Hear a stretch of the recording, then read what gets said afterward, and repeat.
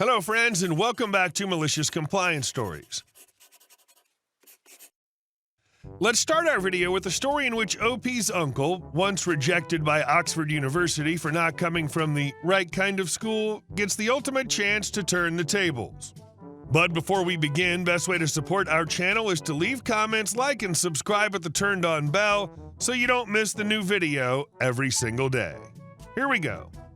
I wasn't good enough for you back then, so now you're not good enough for me. So this is a story I just heard from my dad about some revenge my uncle did. My family's from what I'd say is a middle-ish class background from the north of England. Both my dad and uncle went through comprehensive school education during 60s and 70s. My uncle proved to have talent in science through secondary school, and so later applied for multiple universities around the country, including Oxford. Now, Oxford University is well known as one of the top-notch elite universities and so quite well-to-do posh, snobby posh. Oxford University turned him down. They considered comprehensive school education as not good enough. It wasn't grammar or private school education, and they were pretty explicit about it at the time. Roll on to the 90s. My uncle's now one of the foremost experts in his field and is a highly respected scientist. At the time, he was working for a research establishment over in the USA. It's now the 93 or 94, and he receives a letter from, wouldn't you know, Oxford University. And this time, instead of dismissing his comprehensive school education, they're offering for him to come over for a job interview. He accepts but points out he's in America, so the prestigious university offered to fly him over on Concorde. They roll out the red carpet to really butter him up. My dad picks him up from the airport, and to my dad's horror, my uncle, he's in his best I'm relaxed gear. A shirt that's dirty, shorts and flip-flops, rocking his usual scruffy beard, really not job interview worthy at all. My dad thought that because he's going for this high-end Oxford University job interview, he'd at least put in his best suit. After all, the university was trying to poach him back to the UK. Not looking like he'd just walked off a beach in the Gulf of Mexico to grab a drink at the bar. So my dad drops my uncle off and waits in the car park. 1 hour later, my uncle reappears, gets in the car, and asks to be taken to the airport. My dad asks him how it goes, expecting to have been there longer in the car park waiting for him. They offered me the job, but I turned it down. I told them that I wasn't good enough for you when I was 18. They aren't good enough for me now. The university was also paying for his Concorde flight home again. I honestly don't know what would have been louder, the mic drop or the jaw drop. Great move. Even bigger move would have been contacting Cambridge University to see if they had interest. That would have been extra salt in the wound if he started there. And our second story. The day I got my performance review at a place I never worked at. This story happened about 12 years ago.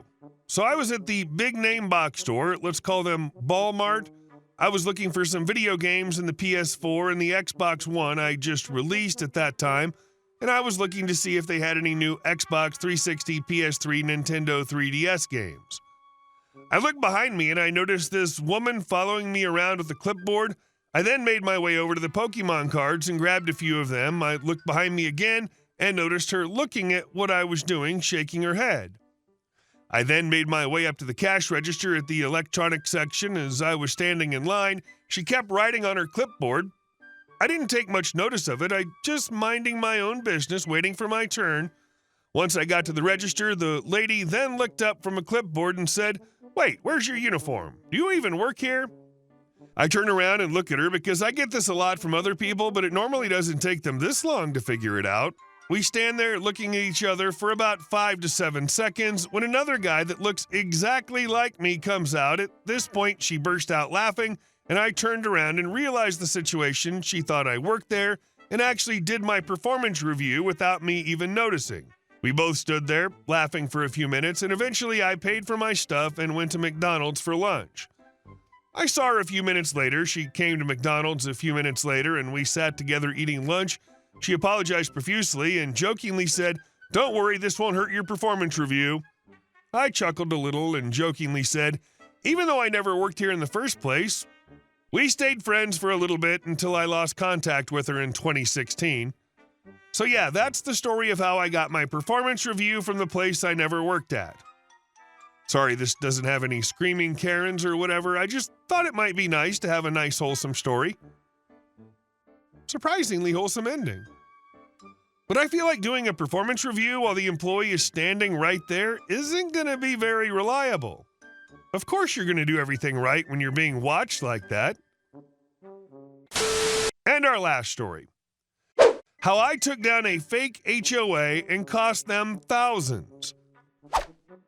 This all happened shortly after my wife and I got married. My grandfather had passed away a few months before and left me a very generous inheritance with a note reminding me to use it wisely to build a good life for my wife and me.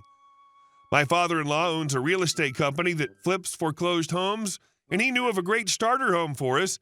He even agreed to pay for the rehab with the understanding that we'd either pay him back later when we were more established or after 2 years when we sold the house. So we bought the home, and after 90 days of renovations, we finally moved in. That 90-day fact is important later. About 2 weeks after we moved in, there was a knock at the door. I opened it to find a man who introduced himself as the Homeowners Association president. He asked for my landlord's contact information. I explained that I owned the house, and he followed up by asking if he could speak to my parents. I once again told him that I was the homeowner and asked what he wanted. He then shoved a stack of papers in my hand and informed me that I needed to sign the HOA rules immediately and pay a prorated $90 in dues. I had never been informed of an HOA when buying the house and had no idea what this was about. I told him I needed time to review the rules before signing, but this guy was pushy as hell, insisting that I sign right then and there.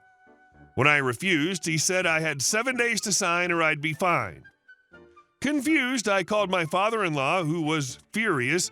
He said the HOA should have been disclosed before the sale, but sometimes with HUD houses, these details get missed. Since the fee wasn't outrageous, $30 a month, and they maintained a nice playground, we reluctantly agreed to sign. There were a few strange rules, but I figured I didn't have a choice. Big mistake.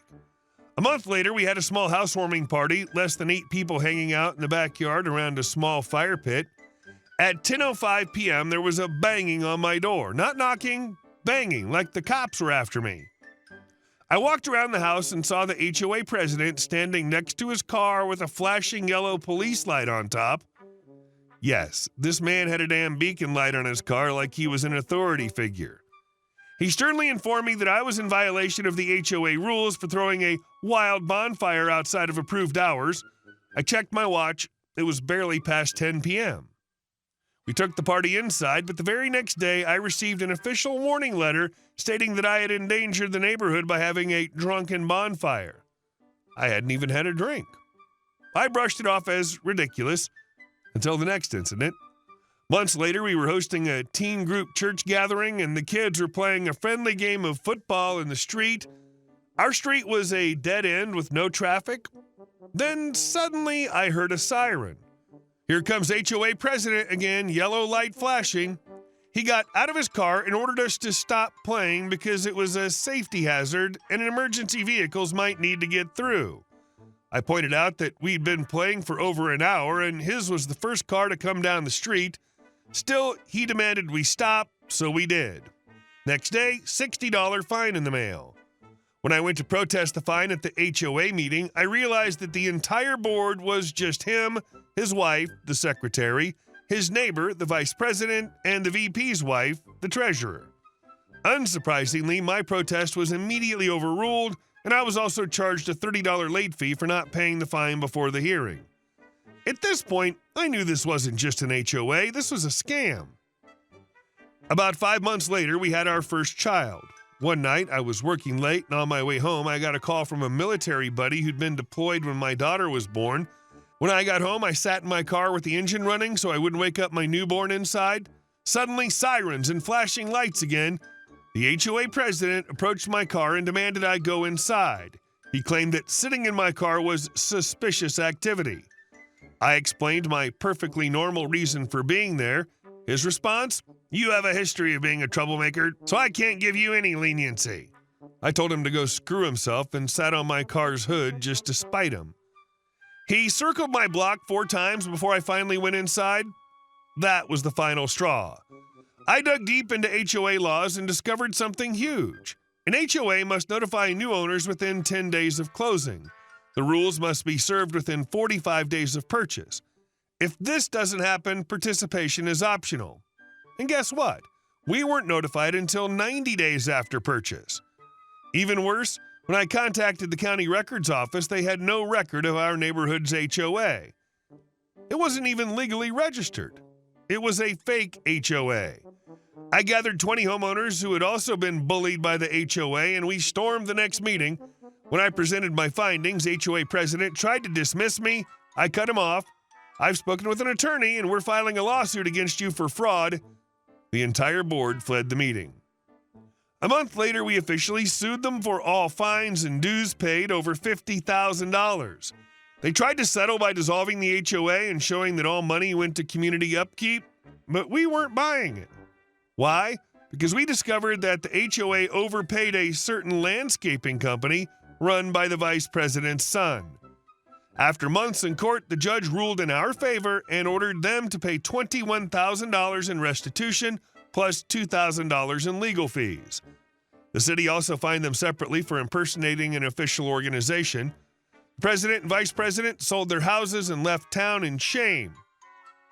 The HOA was abolished and the neighborhood moved on with an informal community fund. We sold our house that summer, but I still get updates from neighbors. Turns out the playground's in better shape than ever, without the HOA sucking money from people. And best of all, no more yellow lights and fake sirens. I can only imagine the look on HOA president's face when you told him about the lawsuit, and then having to pay $21,000 on top of the city fines. Beautiful. The best part is that the neighborhood's thriving without them. No more nonsense fines, no more ridiculous patrols, and most importantly, no more fake sirens and flashing lights. I hope HOA president thinks about this every time he sees a yellow beacon. Hey guys, thank you all for watching the video. I'll see you in the next one.